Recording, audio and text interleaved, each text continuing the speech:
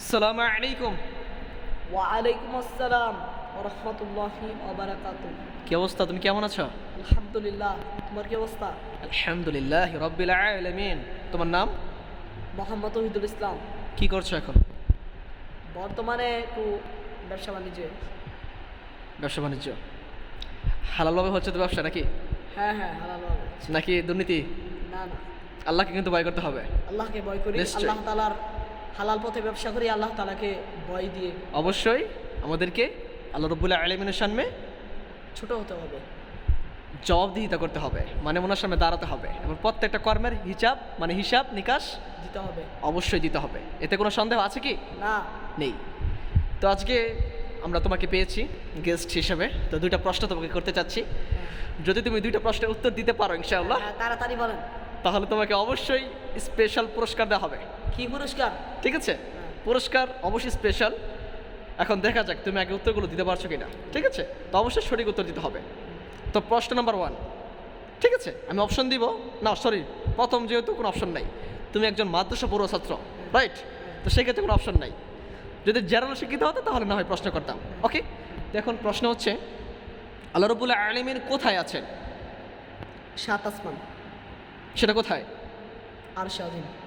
মাশাআল্লাহ, আল্লাহুম্মা বারিক, তাবারাকাল্লাহ। তুমি যে প্রথম উত্তরটি দিয়েছ সঠিক উত্তর, মাশাআল্লাহ। তা আসলে এটা বোঝা যাচ্ছে তুমি মাশাআল্লাহ অনেকটা জ্ঞানী। এবার দ্বিতীয় প্রশ্ন, ঠিক আছে, রেডি? যদিও এই প্রশ্নটা অনেক ইখতিলাফ, অনেক কিছু রয়েছে, অনেক বিতর্ক দেখা যায়, তবে ইসলাম যেরকম সুস্পষ্ট, তো সেক্ষেত্রে এই প্রশ্নটা কিন্তু, অর্থাৎ এর উত্তরটা কিন্তু সুস্পষ্ট। ঠিক আছে, তো দ্বিতীয় প্রশ্নটি হচ্ছে রাসূল সাল্লাল্লাহু আলাইহি ওয়াসাল্লাম কিসের তৈরি? মাটির তৈরি। মাটির তৈরি। মাটি নাকি নূর? মাটি। শিওর? মাটি, শিওর শিওর, 100% শিওর। কীভাবে এত শিওর? আমাদের নবীজি মাটির তৈরি। এটা কীভাবে এত শিওর হলো তুমি? কেন? একটা রেফারেন্স দিতে পারবে কি রেফারেন্স? কোরআন থেকে? না, কোরআন থেকে পারবো না, তো আমি বলতে চাচ্ছি আমি বলে দিচ্ছি। মূলত এই ভিডিওটা অনেক হয়তো বা বিতর্ক বলবে যে রাসূল সাল্লাল্লাহু আলাইহি ওয়াসাল্লামকে যখন মাটির তৈরি বলা হয় তখন এটা নাকি রাসূলকে ছোট করা হয়, কিন্তু আসলে ছোট করার কোনো বিষয় না। তো রাসূল সাল্লাল্লাহু আলাইহি ওয়াসাল্লাম কিন্তু আমাদের নবীজির সারা গায়ে নূর, নূর, নূরের আলো। নূর বলতে তুমি এটা বলতে পারবে না যে নূর, কিন্তু আল্লাহ রাব্বুল আলামিন তাকে নূর দিয়েছেন, মানে তাকে আলো দিয়েছেন, তার চেহারা অনেক সুন্দর ছিলেন, এটা মানতে হবে। হ্যাঁ, আমি তো এটা তো বললাম। সেক্ষেত্রে একটা বিষয় হলো যে আল্লাহ রাব্বুল আলামিন সূরাতুল কাহফ 110 নম্বর আয়াত, অর্থাৎ 18 নম্বর সূরার 110 নম্বর আয়াতে কিন্তু এটা বলে দিয়েছেন। ঠিক আছে, কুল বাশারুন, এখানে কিন্তু বলা আছে কুল, বলো হে নবী তুমি বলো, তুমি তাদের মধ্যে একজন মানুষ, তবে তোমার নিকট ওয়াহি আসে, তাদের নিকট আসে না, রাইট? এটা বুঝতে হবে। তো এর বিতর্কে কোনো কারণ নাই। ইসলাম যেরকম সুস্পষ্ট, এবং ইসলামের প্রত্যেকটা উত্তর রয়েছে, এবং প্রত্যেকটা বিষয় কিন্তু সুস্পষ্ট।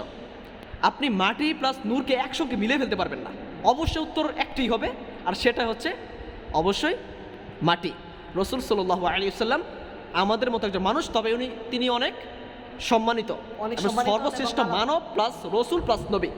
এবং ওনার বিষয়টা হলো যে উনিও কিন্তু, আমরা যেভাবে মায়ের পেটে করে আসছি, উনিও কিন্তু একইভাবে দুনিয়াতে এসেছেন, এবং আমি তো আলাদা বলছি। এবং তিনি মিসাক করতেন। হ্যাঁ। ঠিক আছে, যদি নূর বলা যাবে না, নূরের তৈরি হচ্ছে খারাপ মালাইক ফিরিস্তাগণ, ওনারা নূরের তৈরি, ফিরিস্তাতে খাওয়া নাই, বর্ষা পায়খানা কিচ্ছু নাই। হ্যাঁ।